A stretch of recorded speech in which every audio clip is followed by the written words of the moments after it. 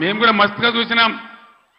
నేను కేంద్ర మంత్రిగా పనిచేసిన, రాష్ట్ర మంత్రిగా పనిచేసిన, ఇదే జిల్లాలో 20 ఏళ్ళు ఎమ్మెల్యేగా ఉన్నా, ముఖ్యమంత్రిగా పనిచేసిన, కానీ దౌర్జన్యాలు ఎన్నడూ మీతో మేము చేయించలే. అనవసరంగా మీరు రాజకీయాలు చేసే వాళ్ళు చేస్తారు, మీకు అవసరం లేదు. ఆయాల ఎక్కడ చూసినా వరి కోతలు ఉండే, ఇవాళ కరెంటు కోతలు, క్రాప్ హాలిడేలు. దయచేసి ప్లీజ్ 10 నిమిషాలు, నేను ఎక్కువ మాట్లాడను, 15 నిమిషాలు నినాదాలు తర్వాత చెప్తాను తమ్ముడు. ఇదేంద్రా అంటే ఆ రోజు ఇవాళ ముఖ్యమంత్రి చెప్పిండు 2 లక్షల రుణమాఫీ డిసెంబర్ 9 తారీఖు. ఏడవాయ డిసెంబర్ 9 తారీఖు ఎవడో కూడా అన్నాడట, కూర్చుంటే లేవో శాత కాదు కానీ తాటి చెట్టు అంత ఎగురుతా అన్నాడట. డిసెంబర్ 9 పోయింది, అన్ని పోయినాయి. మళ్ళా ఆగస్టు 15కి చేస్తామంటారు. మొన్న ఇంకో ఎమ్మెల్యే రేవూరి ప్రకాష్ రెడ్డి అని ఏడాది తర్వాత చేస్తామంటారు. అసలు వీళ్ళు చేస్తారా? వీళ్ళని నమ్మచ్చునా? వీళ్ళను వంగదీసి వీళ్ళ మెడలు వంచి 2 లక్షల రుణమాఫీ చేయించే బాధ్యత బీఆర్ఎస్ పార్టీ మేము తీసుకుంటా ఉన్నాం. అందరం కలిసి యుద్ధం చేద్దాం. పార్లమెంట్ ఎన్నికల్లో బీఆర్ఎస్ అభ్యర్థులను గెలిపించండి, బీఆర్ఎస్ కు బలాన్ని ఇవ్వండి. రైతుల పక్షాన బీఆర్ఎస్ పోరాటం చేస్తుందని మనవి చేస్తా ఉన్నా. లేకపోతే ఏమైతుంది?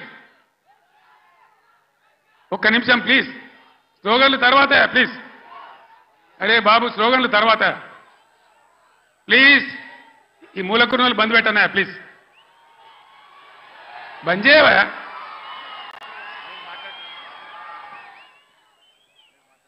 ఏం జరుగుతుంది చెప్పండి. ఒకసారి ఆలోచన చేయాలి ప్రజలు. ఓట్లు ఆగమాగం వేయద్దు, ఎవడో ఏదో చెప్తాడు. ఇదివరకే మొన్న దెబ్బతిన్నాం, మొన్న ఎలక్షన్లో దెబ్బతిన్నాం, కింది మీద అయిపోయినాం. ఎంత ధీమాగా ఉండ్రి రైతులు, ఎంత మంచిగా ఉండ్రి, ఎంత బ్రహ్మాండంగా ఉండే, ఎంత మంచిగా రైతు బంధు మీ బ్యాంకులో పడుతుండే, కరెంట్ ఎంత మంచిగా వచ్చేది, చెల్లుకుంటలు ఎట్లా నిండి ఉండే, ఏ విధంగా నీళ్ళు వస్తుండే, మీ డబ్బులు ఎట్లా కొన్నాము. ఇలా తప్పుడు వానలు పడే పరిస్థితులున్నాయి. అక్కడక్కడ తెచ్చిన వాళ్ళు వడ్లు తడిచిపోతున్నాయి, కాంటాలు పెడతలేరు, కొనుగోలు జరుగుతలేదు, దాని మీద గవర్నమెంట్కు నియంత్రణ లేదు. అందువల్ల దయచేసి మేము కడుపులో పెట్టుకొని కాపాడిన రైతులు ఇలా ఆగమాగం అవుతా ఉన్నారు. రైతు బంధు రాకపోతే అప్పుల పాలైండ్రు, లక్షల కొద్ది మోటార్లు కాలినాయి, ట్రాన్స్ఫార్మర్లు కాలినాయి. 3 ఎకరాలు వేసిన 1 ఎకరమే పండింది. ఆ ఎకరం పండిన దాన్ని కూడా కొనే దిక్కు లేదు. డబ్బులు ఇస్తారో ఈరోజు తెలుస్తలేదు, మద్దతు ధర వత్తలేదు, బోనస్ వత్తలేదు. బోనస్ బోగస్ కానియద్దు, అందరం కలిసి కొట్లాడాలి. నేను ముఖ్యమంత్రికి, రాష్ట్ర ప్రభుత్వానికి హెచ్చరిక చేస్తా ఉన్నా. బోనస్ పేరు మీద మీరు తప్పించుకోలేరు. దానికి ఎలక్షన్ కమిషన్ అడ్డం రాదు. మేము కూడా మీద కంప్లైంట్ ఇయ్యము. ఏ రైతుకు ఎంత బాకీ ఉంటారో అంత బోనస్ చిట్టీలు కూడా ఇలా రాసి ఇవ్వండి. ఎలక్షన్లలో బాండ్ రాసి ఇచ్చారు కదా, అదే పద్ధతిలో ఇలా వాళ్ళకి బాండ్ ఇచ్చినట్టుగా ఇవ్వండి. మీకు అంత కాదంటే ఎలక్షన్ తెల్లారి ఇవ్వండి. కానీ బోనస్ ఎగబెడతామంటే మాత్రం ఇబ్బంది అయ్యే పరిస్థితి ఉంటుందని మనవి చేస్తా ఉన్నా. మిషన్ భగీరథ 6 సంవత్సరాలు ఇంట్లో ఆ ఇంట్లోనే నల్లా వచ్చి నీళ్లు దుంకితే ఎంత బ్రహ్మాండంగా మనం పండగ చేసుకున్నాం. ఒక ఆడబిడ్డ కనవల్లే, రోడ్డు మీద బిందెలు కనవల్లే, నీళ్ళ ట్యాంకర్లు కనవల్లే. ఇవాళ ఏం గతి చేస్తా ఉన్నారు? మళ్ళీ నీళ్ళ ట్యాంకర్లు ఎందుకు వస్తున్నాయి? ఆ లంబాడి తండ బాయి పేరుందో నాకు తెలియదు. ఆ బాయి చిమ్నీ బాయ్ అని మా ఇంటికే నీళ్ళు వస్తున్నాయని నేను పోయిన ఎలక్షన్లో లంబాడి తండకు పోయి చెప్పింది. మరి ఇవాళ మళ్ళీ ట్యాంకర్లు ఎందుకు వస్తున్నాయి? మంచినీళ్ళకి ఎందుకు బాధ పెడుతున్నారు? అంటే శాతగాని ప్రభుత్వం ఉంది, అసమర్థులున్నారు, ఉన్న వసతులు కూడా వాడుకోవత్తలేదు. 9 ఏళ్ళు నడిచిన కరెంటు ఇయ్యత్తలేదు, 6 ఏళ్ళు నడిచిన నల్లా నీళ్ళు ఇయ్యత్తలేదు. రైతులను కాపాడే పరిస్థితి లేదు, రైతు బంధించే పరిస్థితి లేదు. ఈ విధంగా మళ్ళా మొదటికి తెస్తా ఉన్నారు. ఎన్ని మాటలు మాట్లాడిను. కళ్యాణ లక్ష్మి ₹1,00,000 కాదు, తులం బంగారం ఇస్తాం. ఇచ్చిన రాయనన్న ఒకింటికన్నా వచ్చిందా తులం బంగారం? మరి ఇట్లే కూర్చుందామా? నేను ఎక్కువ గంటల పట్టలు ఉపన్యాసం చెప్పా, 10 నిమిషాల్లో ముగించుదాం. ఏం జరుగుతుందో ఒకసారి ఆలోచన చేయండి. ఇన్ని వాగ్దానాలు చేసి ఇన్ని మాటలు చెప్పి మీ ఓట్లు తీసుకొని అధికారంలోకి వచ్చి ఇవాళ అన్నీ ఎగబెట్టి మళ్ళా ఎలక్షన్లో వచ్చి ఓట్లు అడుగుతారు. ఎట్లా వేస్తారు ఓట్లు నాకు అర్థం కాదు. వేస్తే ఏమవుతుంది, ఏం జరుగుతుంది వేస్తే? మేము ఎన్ని చెప్పి ఎన్ని అబద్ధాలు చెప్పినా మళ్ళా మాకే గుద్దిండ్రని ఆయనతో ఏం లేకుంటే ఎగబెడతారు.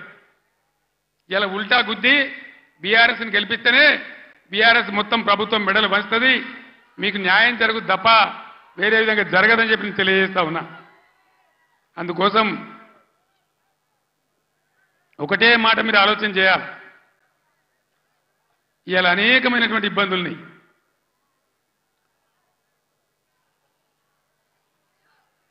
ఈరోజు మంచి అభ్యర్థులను పెట్టినాం, మంచి అన్ని విధాలుగా మిమ్మల్ని ఆదుకునే పద్ధతిలో వాళ్ళు పనిచేస్తారు, వాళ్ళని గెలిపించాలని చెప్పి నేను మిమ్మల్ని కోరుతా ఉన్నా.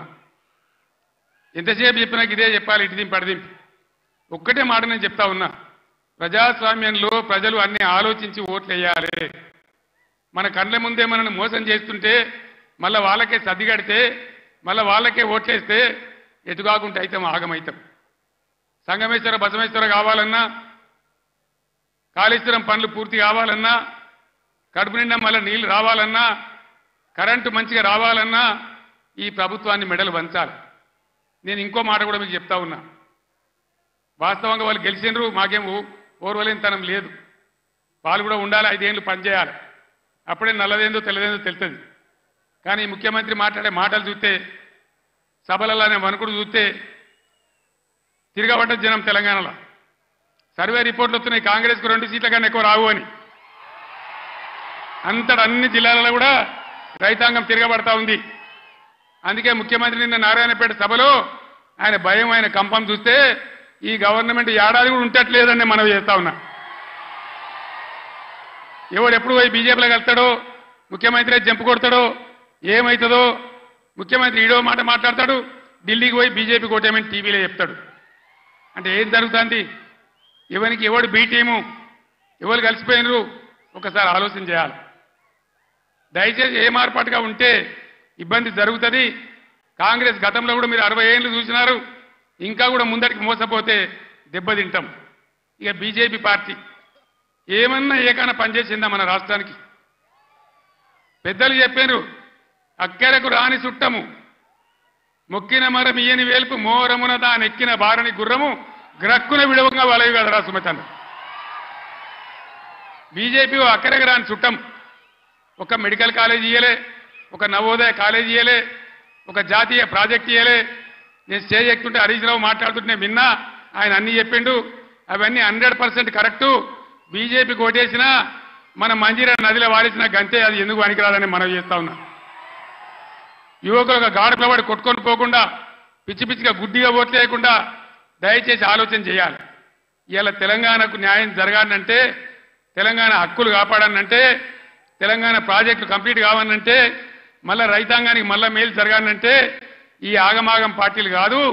తెలంగాణ హక్కుల కోసం పేగులు దిగదా కొట్టాడే ఒకటే ఒక పార్టీ బీఆర్ఎస్ పార్టీ, గులాబీ జెండా.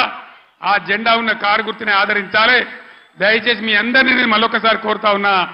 ఇటు వెంకట్రామరెడ్డి గారు, మీరు కూర్చోండి అమ్మా, క్యాండిడేట్లు ఇంప్రూవ్ చేద్దాం. మీరు కూర్చోండి అమ్మా, మీరు కూర్చోండి బ్రదర్. వెంకట్రామరెడ్డి గారు ఒక ఐఏఎస్ అధికారి, ఈ జిల్లాకు సేవ చేసిన వాడు. ఆయనకు డబ్బులు అవసరం లేదు, సేవ చేద్దామని వచ్చినాడు. దయచేసి మెదక్ అభ్యర్థిగా వెంకట్రామరెడ్డి గారు కారు గుర్తు కొట్టేసి గెలిపించండి.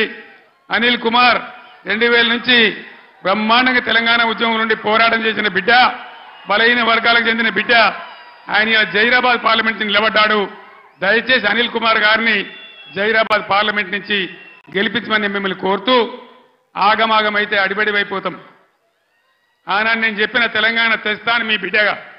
నేను మళ్ళా చెప్తా ఉన్నా, మీ ఆశీర్వచనంతో గ్యారంటీగా ఈ రాష్ట్రంలో మళ్ళా బీఆర్ఎస్ గవర్నమెంట్ తెస్తా. మా రైతాంగాన్ని అంతా, అన్ని వర్గాల ప్రజలనంతా కాపాడతా. మా దళిత బిడ్డలకు మళ్ళా దళిత బంధు కూడా ఇచ్చి తీరుతా. మీ ఆశీర్వాదంతో ముందుకు సాగుతానికి మనవి చేస్తూ, ఇంత పెద్ద సంఖ్యలో ఏ సిటీ పక్కకు లేకపోయినా, ఏ టౌన్ పక్కకు లేకపోయినా, ఇంత పెద్ద ఎత్తులో ఈ సభకు తరలి వచ్చినటువంటి మీ అందరికీ కూడా పేరు పేరున ప్రతి ఒక్కరికి ధన్యవాదాలు తెలియజేస్తూ నేను సెలవు తీసుకుంటా ఉన్నా. జై తెలంగాణ. గట్టిగా చెప్పాలి.